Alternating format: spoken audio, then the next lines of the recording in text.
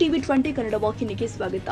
ಧರ್ಮಸ್ಥಳದ ಭಕ್ತರು ಕೋಟ್ಯಾಂತರ ಜನ ಇದ್ದಾರೆ. ಆದರೆ ಹಿಂದೂಗಳ ಧಾರ್ಮಿಕ ಭಾವನೆಗೆ ಧಕ್ಕೆ ತರುವ ಕಿಡಿಗೇಡಿಗಳನ್ನು ಬಂಧಿಸುವಂತೆ ಆಗ್ರಹಿಸಿ ಬಿಜೆಪಿ ಪಕ್ಷದಿಂದ ಮಾನ್ವಿ ಪಟ್ಟಣದ ಬಸವ ವೃತ್ತದಲ್ಲಿ ಪ್ರತಿಭಟನೆ ಮಾಡಲಾಗಿದೆ. ರಾಯಚೂರು ಜಿಲ್ಲೆಯ ಮಾನ್ವಿ ತಹಸೀಲ್ದಾರ್ ಮೂಲಕ ರಾಜ್ಯಪಾಲರಿಗೆ ಮನವಿ ಸಲ್ಲಿಸಿ ಭಾರತದ ನ್ಯಾಯ ಸಂಹಿತೆ ಅಡಿಯಲ್ಲಿ ಅನಾಮಿಕ ವ್ಯಕ್ತಿಯೋರ್ವ ಯಾವುದೇ ಆಧಾರಗಳು ಇಲ್ಲದೆ ಆರೋಪಕ್ಕೆ ರಾಜ್ಯ ಸರ್ಕಾರ ಲಕ್ಷಾಂತರ ರೂಪಾಯಿ ಖರ್ಚು ವ್ಯಯ ಮಾಡಿದೆ ಅಂತ ಆರೋಪಿಸಿದರು. ಕರ್ನಾಟಕದ ಕಾಂಗ್ರೆಸ್ ಸರ್ಕಾರ ಹಿಂದೂಗಳ ಭಾವನೆಗೆ ಧಕ್ಕೆ ತರುವ ಹುನ್ನಾರ ನಿರಂತರವಾಗಿ ಮಾಡಿಕೊಳ್ಳುತ್ತಾ ಬಂದಿದೆ. ಇಂತಹ ದುಷ್ಕೃತ್ಯವನ್ನು ತಡೆಯುವಲ್ಲಿ ವಿಫಲರಾಗಿರುವ ಮುಖ್ಯಮಂತ್ರಿ ಹಾಗೂ ಗೃಹ ಮಂತ್ರಿ ರಾಜ್ಯದ ಜನತೆಗೆ ಕ್ಷಮೆ ಯಾಚನೆ ಮಾಡಬೇಕು ಅಂತ ಒತ್ತಾಯ ಮಾಡಿದರು.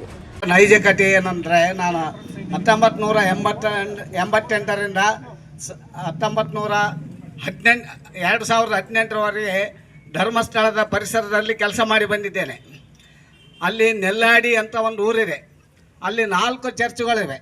ಆ 4 ಚರ್ಚ್ಗಳಿಗೆ ಹೋಗುವಂಥ ಹಿಂದೂ ಕಾರ್ಮಿಕರನ್ನು ಬಲವಂತವಾಗಿ ಅಥವಾ ಕ್ರೈಸ್ತ ಧರ್ಮಕ್ಕೆ ಸೇರಿಸುವಂಥ ಒಂದು ಷಡ್ಯಂತರ ನಡೆದಿತ್ತು.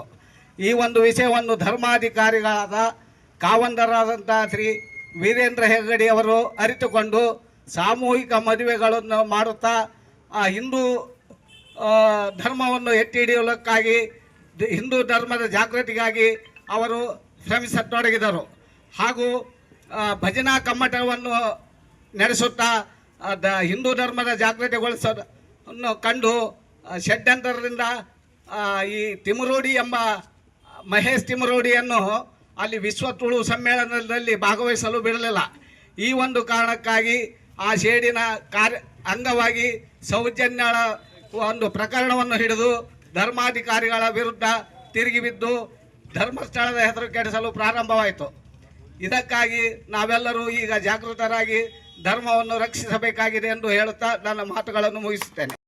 ಭಾರತೀಯ ಜನತಾ ಪಾರ್ಟಿ ಮಾನ್ವಿ ಮತ್ತು ಸಿರುವಾರ್ ಮಂಡಲದ ವತಿಯಿಂದ ಮಾನ್ವಿ ನಗರದಲ್ಲಿ ಬೃಹತ್ ಪ್ರತಿಭಟನೆ ಹಮ್ಮಿಕೊಂಡು ಇವತ್ತು ರಾಜ್ಯ ಸರ್ಕಾರಕ್ಕೆ ಒಂದು ಒತ್ತಾಯ ಮಾಡಲಾಯಿತು. ಏನಂದರೆ, ದಾರಿ ಹಿಡಿದು ಹೋಗೋರೆಲ್ಲ ಆರೋಪ ಮಾಡ್ಕೊಂತ ಹೋದರೆ ಎಷ್ಟು ಎಸ್ ಐ ಟಿ ರಚನೆ ಮಾಡ್ತೀರಿ ನೀವು? ಧರ್ಮಸ್ಥಳ ಯಾವುದೇ ಒಂದು ಯಾವುದೇ ಒಂದು ಧಾರ್ಮಿಕ ಭಾವನೆಗಳಿಗೆ ಧಕ್ಕೆ ತರೋಂಥ ಕೆಲಸ ಯಾರಾಗಲಿ ಮಾಡಬಾರ್ದು. ಇವತ್ತು ಕೋಟ್ಯಾಂತರ ಜನರ ಭಕ್ತಿ ಭಾವನೆಗಳಿಗೆ ಧಕ್ಕೆ ತರೋಂಥ ಕೆಲಸ ಇವತ್ತು ಯಾವುದೋ ಒಂದು ದುಷ್ಕರ್ಮಿಗಳು ಮಾಡ್ತಾ ಇದ್ದಾರೆ. ಅದು ಕಾಣದ ಕೈಗಳು ಯಾವುವು ಅವ್ರನ್ನ ಕೂಡಲೇ ಬಂಧಿಸಬೇಕು. ಕಾಣದ ಕೈಗಳನ್ನು ಬಂಧಿಸಿ ಅವರಿಗೆ ಸತ್ಯತೆ ಜನರಿಗೆ ತಿಳಿಸಿದಾಗ ಮಾತ್ರ ಈ ನೈಜ ಘಟನೆ ಹೊರ ಬರ್ತದೆ. ಇದು ಧರ್ಮಸ್ಥಳ ಇರ್ಬೋದು, ಇನ್ನು ಯಾವುದೇ ಧರ್ಮಗಳ ಗುಡಿ ಗುಂಡಾರ ಚರ್ಚ್ಗಳು ಯಾವುದೇ ಇರಲಿ, ಇಂಥ ಅವಿವೇಕಿಗಳ ಮಾತು ಕೇಳಿ ಸರ್ಕಾರ ಎಸ್ ಐ ಟಿ ರಚನೆ ಮಾಡಿ ಅವರ ಧಾರ್ಮಿಕ ನಂಬಿಕೆಗಳಿಗೆ ಭಾವನೆಗೆ ಧಕ್ಕೆ ತರ ಕೆಲಸ ಮಾಡಬಾರ್ದಂತೇಳಿ ಈ ಸಂದರ್ಭದಲ್ಲಿ ಒತ್ತಾಯಿಸಿ ಇವತ್ತು ಪ್ರತಿಭಟನೆ ಮಾಡಿ ಮನವಿ ಪತ್ರ ಸಲ್ಲಿಸಿದ್ದೇವೆ ರಾಜ್ಯಪಾಲರಿಗೆ. ಮತ್ತು ಕೇಂದ್ರ ಸರ್ಕಾರ ಇದರಿಂದ ಯಾವುದೇ ದುಷ್ಟ ಕೈಗಳಿದ್ರೂ NIA ಮುಖಾಂತರ ತನಿಖೆಗೆ ಒಳಪಡಿಸಿ ಶಿಕ್ಷೆ ಕೊಡಬೇಕಂತ ಈ ಸಂದರ್ಭದಲ್ಲಿ ನಾವು ಒತ್ತಾಯಿಸ್ತೀವಿ. ಮಂಡಲದಿಂದ ಇಂದು ಬೆಳಗ್ಗೆ 10 ಗಂಟೆಯಿಂದ ಪ್ರತಿಭಟನೆಯನ್ನು ಮಾಡಲಾಯಿತು. ಧರ್ಮಸ್ಥಳ ಕ್ಷೇತ್ರದ ಅಪಪ್ರಚಾರದ ವಿರುದ್ಧ, ಅಂದರೆ ಹಿಂದೂ ಧಾರ್ಮಿಕ ಭಾವನೆಗೆ, ಶ್ರದ್ಧಾಭಕ್ತಿಗೆ ಇಂದು ಧಕ್ಕೆ ಮಾಡ್ತಕ್ಕಂಥ ಅವರ ವಿರುದ್ಧ ನಾವು ಪ್ರತಿಭಟನೆಯನ್ನು ಮಾನ್ವಿ ನಗರದಲ್ಲಿ ಬಸವ ವೃತ್ತದಲ್ಲಿ ಹಮ್ಮಿಕೊಂಡಿದ್ದೀವಿ. ಮತ್ತು ಅಲ್ಲಿಂದ ಪಾದಯಾತ್ರೆಯ ಮೂಲಕ ತೆರಳಿ ತಹಶೀಲ್ದಾರರ ಮುಖಾಂತರ ರಾಜ್ಯಪಾಲರಿಗೆ ಮನವಿ ಪತ್ರವನ್ನು ಸಲ್ಲಿಸಿದ್ವಿ. ಅಂದರೆ ಇವತ್ತಿನ ದಿನ ಹಿಂದೂ ಧಾರ್ಮಿಕ ಶ್ರದ್ಧಾ ಕೇಂದ್ರಗಳಿಗೆ, ಧಾರ್ಮಿಕ ಭಾವನೆಗಳಿಗೆ ಭಾಳಷ್ಟು ತೊಂದರೆಯನ್ನು ಕೊಡ್ತಾ ಇದ್ದಾರೆ. ಅಸಂಖ್ಯಾತ ಜನರೂ ಇದ್ದಾರೆ ಮತ್ತು ಕೆಲವು ಜನರು ಅವ್ರು ಏನು ಹೇಳ್ಯಾರ ಅದನ್ನು ಇವತ್ತಿನ ದಿನ ಸರ್ಕಾರ ಕೂಡ ಇಮಿಡಿಯೇಟ್ಲಿ ಎಸ್ ಐ ಟಿ ರಚನೆ ಮಾಡಿ ಸರ್ಕಾರದ ಬೊಕ್ಕಸಕ್ಕೆ ಕೂಡ, ಸರ್ಕಾರದ ಖರ್ಚು ವೆಚ್ಚಗಳಿಗೂ ಕೂಡ ತೊಂದರೆಯನ್ನು ಕೊಡ್ತಾ ಇದೆ. ಲಕ್ಷಾಂತರ ರೂಪಾಯಿ ವೇಸ್ಟ್ ಖರ್ಚನ್ನು ಮಾಡಿದೆ. ಇವತ್ತು ಯಾರೋ ಒಬ್ಬರು ಬಂದು ಇಲ್ಲಿ ತಲೆಬುರುಡೆ ಅದ, ಇಲ್ಲಿ ಇದಾದ ಅಂತ ಹೇಳಿದರೆ ಅವ್ರು ಹೇಳಿದಂತೆ ಕೇಳಿ ಇವತ್ತು ಗುಂಡಿಗಳನ್ನು ತೋಡಿ 4-5 ಕಡೆ ಗುಂಡಿಗಳನ್ನು ತೋಡಿ ಅದನ್ನು ಏನೂ ಸಿಕ್ಕಿಲ್ಲ ಇವತ್ತಿನ ದಿನ.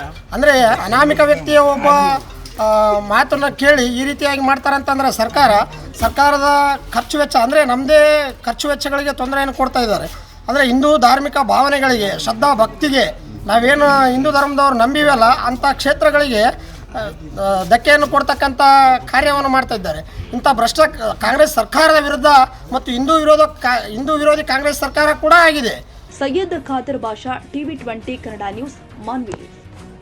ಕನ್ನಡಿಗರ ಮೆಚ್ಚಿನ ನಿಮ್ಮ ಟಿವಿ 20 ಕನ್ನಡ ವಾಹಿನಿ ಇದೀಗ ಟಿವಿಯಲ್ಲಿ ಲಭ್ಯ. ಕರ್ನಾಟಕ ಮತ್ತು ದೇಶ ವಿದೇಶದ 360 ಡಿಗ್ರಿ ಸುದ್ದಿ ವಿವರವನ್ನ ಪಡೆಯುವುದಕ್ಕೆ TV20 ವಾಹಿನಿಯನ್ನು ಲೈಕ್ ಮಾಡಿ, ವಿಡಿಯೋಗಳನ್ನು ಶೇರ್ ಮಾಡಿ, ಕಮೆಂಟ್ ಮಾಡಿ, ಸಬ್ಸ್ಕ್ರೈಬ್ ಮಾಡಿ. HCN ಕೇಬಲ್ 842 ನಂಬರ್ನಲ್ಲಿ ಹುಕ್ಕೇರಿ ತಾಲೂಕು ಹಾಗೂ ಸಂಕೇಶ್ವರದ ಸುತ್ತಮುತ್ತಲಿನ ಹಳ್ಳಿಗಳಲ್ಲಿ ಲಭ್ಯ. PCN ಕೇಬಲ್ 129 ನಂಬರ್ನಲ್ಲಿ ಹಾರುಗೆರೆ ಸುತ್ತಮುತ್ತಲಿನ ಹಳ್ಳಿಗಳಲ್ಲಿ ಲಭ್ಯ. ರಾಯಬಾಗ್ ಡಿಜಿಟಲ್ ಚಾನೆಲ್ ಕೇಬಲ್ 80ನೇ ನಂಬರ್ನಲ್ಲಿ ರಾಯಬಾಗ ತಾಲೂಕಿನ ಸುತ್ತಮುತ್ತಲಿನ ಹಳ್ಳಿಗಳಲ್ಲಿ ಲಭ್ಯ. UDCN ಕೇಬಲ್ ನೆಟ್ವರ್ಕ್ ಉಗಾರ ಸುತ್ತಮುತ್ತಲಿನ ಹಳ್ಳಿಗಳಲ್ಲಿ ನಿಮ್ಮ TV20 ಕನ್ನಡ ವಾಹಿನಿಯೂ ಲಭ್ಯ.